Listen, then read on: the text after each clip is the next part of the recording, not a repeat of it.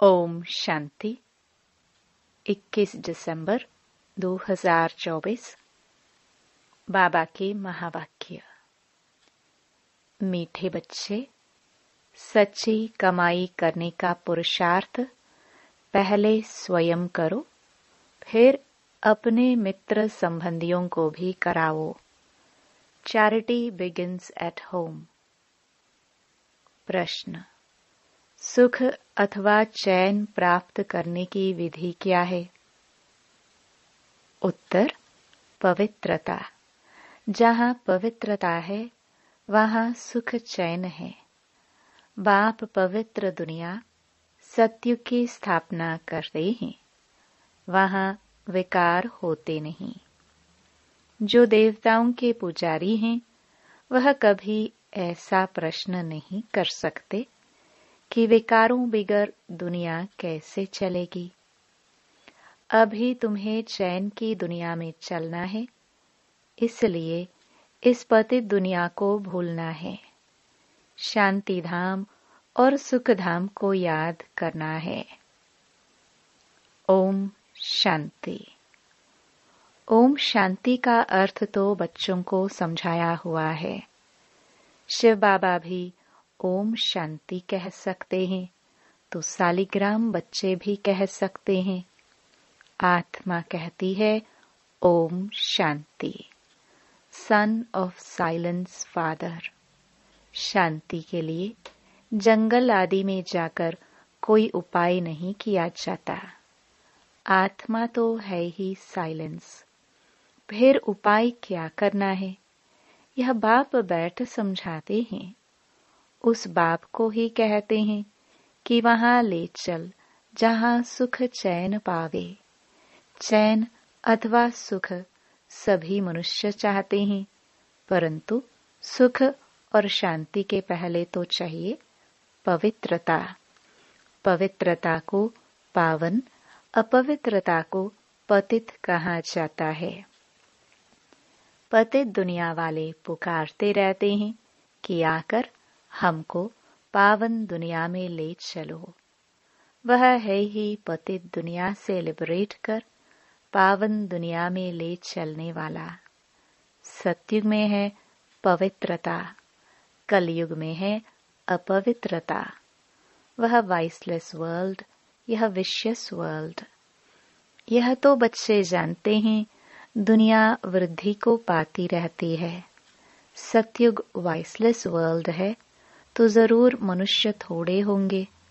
वह थोड़े कौन होंगे? बरोबर सतयुग में देवी देवताओं का ही राज्य है। उसको ही चैन की दुनिया अथवा सुख धाम कहा जाता है। यह है दुख धाम। दुख धाम को बदल सुख धाम बनाने वाला एक ही परमपिता परमात्मा है। सुख का वर्षा जरूर बाप ही देंगे। अब वह बाप कहते हैं, दुख धाम को भूलो, शांति धाम और सुख धाम को याद करो। इसको ही मन मनाभव कहा जाता है। बाप आकर बच्चों को सुख धाम का साक्षात्कार कराते हैं। दुख धाम का विनाश कराए शांति धाम में ले जाते हैं। इस चक्र को समझना है। 84 जन्म लेने पड़ते हैं। जो पहले सुख धाम में आते हैं उन्हों के हैं 84 जन्म। सिर्फ इतनी बातें याद करने से भी बच्चे सुख धाम के मालिक बन सकते हैं। बाप कहते हैं, बच्चे शांति धाम को याद करो और फिर वर्षे को अर्थात सुख धाम को याद करो। पहले पहले तुम शांति धाम में जाते हो तो अपने को शांति धाम ब्रह्मांड का मालिक समझो। चलते फिरते अपने को वहां के वासी समझेंगे तो यह दुनिया भूलती जाएगी।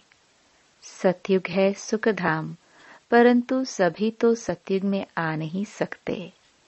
यह बातें समझेंगे ही वह जो देवताओं के पुजारी हैं। यह है सच्ची कमाई, जो सच्चा बाप सिखलाते हैं। बाकी सभी हैं झूठी कमाइयां।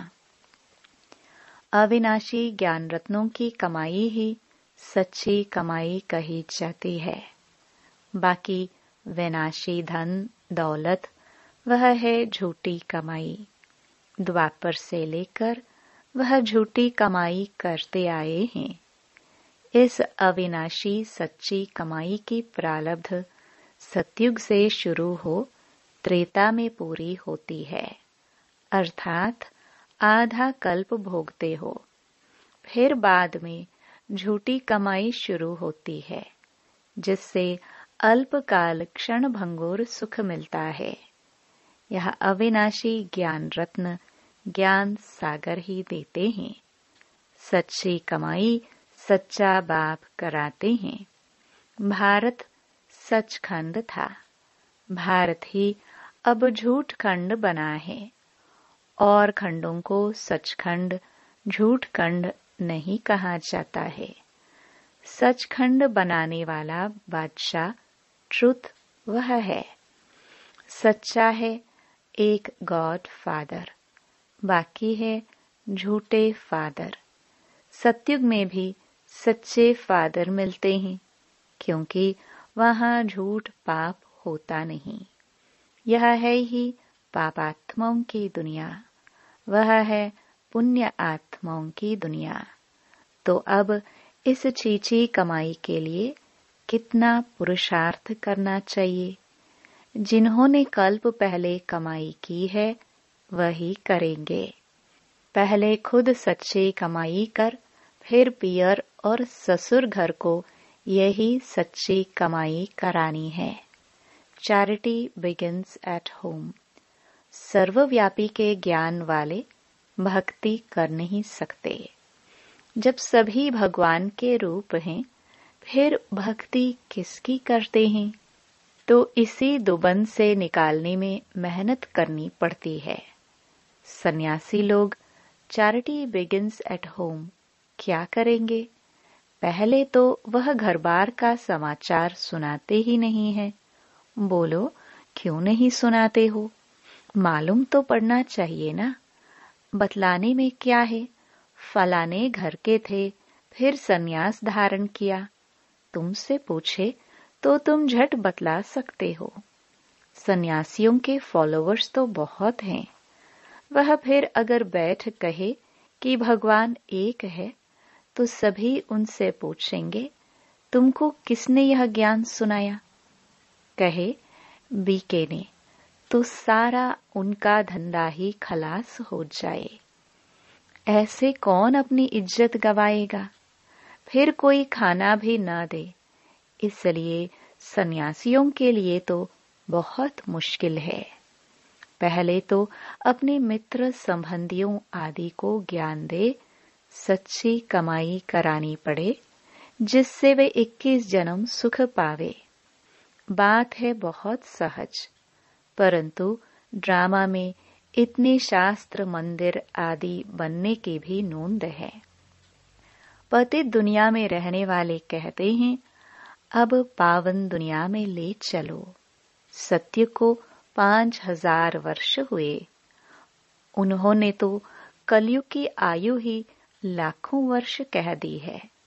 तो फिर मनुष्य कैसे समझे कि सुखधाम कहाँ है, कब होगा? वह तो कहते ही महाप्रलय होती है, तब फिर सतयुग होता है। पहले पहले श्री कृष्ण अंगूठा चूसता सागर में पीपल के पत्ते पर आता है। अब कहाँ की बात कहाँ ले गए हैं? अब बाप कहते हैं, ब्रह्मा द्वारा मैं सभी वेदों शास्त्रों का सार सुनाता हूँ। इसलिए विष्णु की नाभि कमल से ब्रह्मा दिखाते हैं, और फिर हाथ में शास्त्र दे दिए हैं। अब ब्रह्मा तो जरूर यहाँ होगा। सूक्ष्म वतन में तो शास्त्र नहीं होंगे ना। ब्रह्मा यहाँ होना चाहिए। विष्णु लक्ष्मी नारायण के रूप के भी तो यहाँ होते हैं। ब्रह्मा ही सो विष्णु बनता है, फिर विष्णु सो ब्रह्मा बनता है। अब ब्रह्मा से विष्णु निकलता, वह विष्णु से ब्रह्मा निकलता। यह सब समझने की बातें हैं, परंतु इन बातों को समझेंगे वह जो अच्छी रीति पढ़ेंगे। बाप कहते हैं, जब तक तुम्हारा शरीर छूटे तब तक समझते ही रहेंगे। तुम बिल्कुल ही 100% बेसमझ कंगाल बन पड़े हो। तुम ही समझदार देवी देवता थे, अब फिर से तुम देवी देवता बन रहे हो। मनुष्य तो बना ना सके, तुम सो देवता थे। फिर 84 जन्म लेते लेते एकदम कलाहीन हो गए हो। तुम सुखधाम में बहुत चैन में थे, अब बेचैन हो। तुम 84 जन्मों का हिसाब बता सकते हो। इस्लामी, बौद्धी, सिख, ईसाई, मठ पंथ सब कितना जन्म लेंगे, यह हिसाब निकालना तो सहज है। स्वर्ग के मालिक तो भारतवासी ही बनेंगे। सैपलिंग लगती है ना, यह है समझानी। खुद समझ जाए तो फिर पहले पहले अपने माता पिता बहन भाइयों को ज्ञान देना पड़े। गृहस्थ व्यवहार में रहते कमल फूल समान रहना है। फिर चैरिटी बिगिंस एट होम। पियर घर, ससुर घर को नॉलेज सुनानी पड़े। धंधे में भी पहले अपने भाइयों को ही भागीदार बनाते हैं। यहाँ भी ऐसे हैं। गायन भी हैं, कन्या वह जो पियर और ससुर घर का उद्धार करे। अपवित्र उद्धार कर नहीं सकते, तब कौन सी कन्या? यह ब्रह्मा की कन्या, ब्रह्मा कुमारी है ना। यहाँ अधर कन्या, कुंवारी कन्या का मंदिर भी बना हुआ है ना। यहाँ तुम्हारे यादगार बने हुए हैं। हम फिर से आए हैं भारत को स्वर्ग बनाने के लिए। यह दिलवाड़ा मंदिर बिल्कुल एक्यूरेट है। ऊपर में स्वर्ग दिखाया है। स्वर्ग है तो यहाँ ही। राज्यों की तपस्या भी यहाँ ही होती है। जिन्हों का मंदिर है उन्हों को यह जानना तो चाहिए ना। अब अंदर जगत पिता, जगदम्बा, आदिदेव, आदि देवी बैठे हैं। अच्छा, आदिदेव किसका बच्चा है? शिव बाबा का। अधर कुमारी, कुंवारी कन्या सब राजयोग में बैठे हैं। बाप कहते हैं, मन मना भव, तो तुम वैकुंठ के मालिक बनोगे। मुक्ति, जीवन मुक्ति धाम को याद करो। तुम्हारा यह सन्यास है। जैनी लोगों का सन्यास कितना डिफिकल्ट है। बाल आदि निकालने की कितनी कड़ी रस्म है। यहाँ तो है ही सहज राजयोग। यह है भी प्रवृत्ति मार्ग का। यह ड्रामा में नोंद है। कोई जैन मुनि ने बैठ अपना नया धर्म स्थापन किया, परंतु उसको आदि सनातन देवी देवता धर्म तो नहीं कहेंगे ना। वह तो अब प्राय लोप है। कोई ने जैन धर्म चलाया और चल पड़ा। यह भी ड्रामा में है। आदि देव को पिता और जगदम्बा को माता कहेंगे। यह तो सब जानते हैं कि आदि देव ब्रह्मा है। आदम बेबी, एडम ईव भी कहते हैं। क्रिश्चियन लोगों को थोड़ी पता है कि यह एडम ईव अब तपस्या कर रहे हैं। मनुष्य सृष्टि के सीजरे के यह हेड है। यह राज भी बाप बैठ समझाते हैं। इतने मंदिर शिव के व लक्ष्मी नारायण के बने हैं, तो उनकी बायोग्राफी जानना चाहिए ना। यह भी ज्ञान सागर बाप ही बैठ समझाते हैं। परमपिता परमात्मा को ही नॉलेजफुल, ज्ञान का सागर, आनंद का सागर कहा जाता है। यह परमात्मा की महिमा कोई साधु संत आदि नहीं जानते।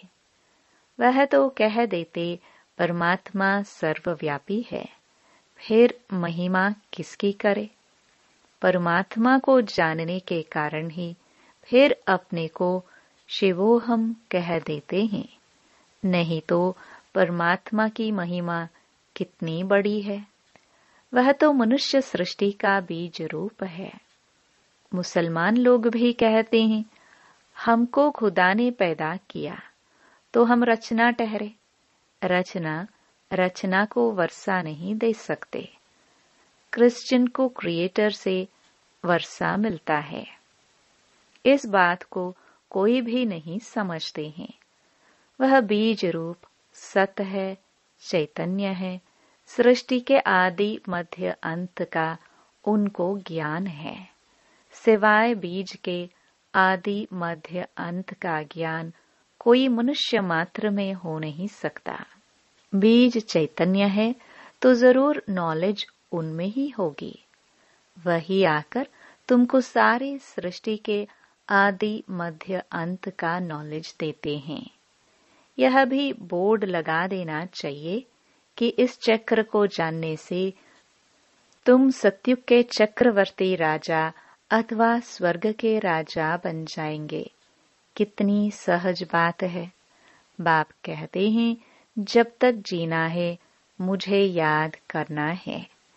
मैं खुद तुमको यह वशीकरण मंत्र देता हूँ। अब तुमको याद करना है बाप को। याद से ही विकर्म विनाश होंगे। यह स्वदर्शन चक्र फिरता रहे तो माया का सिर कट जाएगा। हम तुम्हारी आत्मा को पवित्र बनाकर ले जाएंगे। फिर तुम सतो प्रधान शरीर लेंगे। वहां विकार होता नहीं। कहते हैं, विकार बिगर सृष्टि कैसे चलेगी? बोलो, तुम शायद देवताओं के पुजारी नहीं हो। लक्ष्मी नारायण की तो महिमा गाते हैं संपूर्ण निर्विकारी। जगदम्बा जगत पिता निर्विकारी है। राजयोग की तपस्या कर पतित से पावन स्वर्ग के मालिक बने हैं। तपस्या करते ही हैं पुण्य आत्मा बनने के लिए। अच्छा, मीठे मीठे सिखिलदे बच्चों प्रति मात पिता बाप दादा का याद प्यार और गुड मॉर्निंग। रूहानी बाप की रूहानी बच्चों को नमस्ते। धारणा के लिए मुख्य सार। पहला, इस पुरानी दुनिया को बुद्धि से भुलाने के लिए चलते फिरते अपने को शांति धाम का वासी समझना है।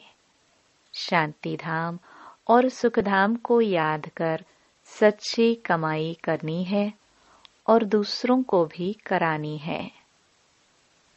दूसरा, राजयोग की तपस्या कर स्वयं को पुण्य आत्मा बनाना है।